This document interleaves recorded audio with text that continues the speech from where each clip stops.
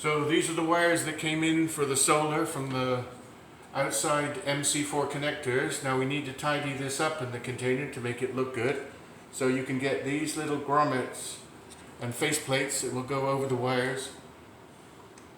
Tidy it up. Also there's things called plastic conduit, which the wires will go into and also make it nice and tidy. So we're going to use some of this. And also it's going to go into a disconnect. The National Electrical Code of America and Canada always says you have to have a disconnect. So this disconnect switch will be the main disconnect for the solar panels.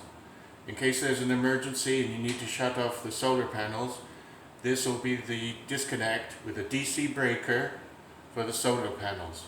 And then these run down to the MC4 connectors, which will go into the solar generator. And then the AC electricity from the solar generator will go into the main distribution box. So just like that, we've got the grommet or cover on. And now I'm going to shorten these wires and crimp them before I put them into the terminal block of the disconnect switch.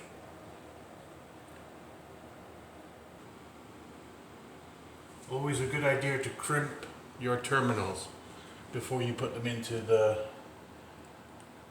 box and screw them down. This way they stay in there nice and tight. And this one's already crimped with a kind of a square end. You use a tool like this.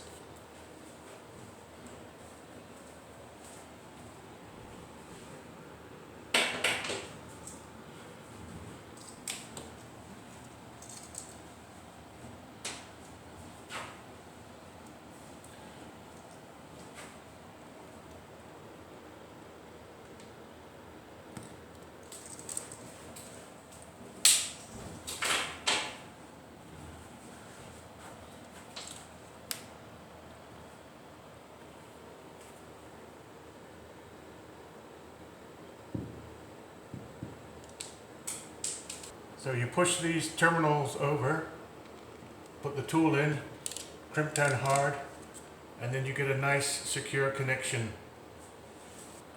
So the crimped terminals will have this cover over them, and then this will go into the disconnect switch. There. So now we're connected up. Positive, negative, wires covered with conduit coming out to MC4s.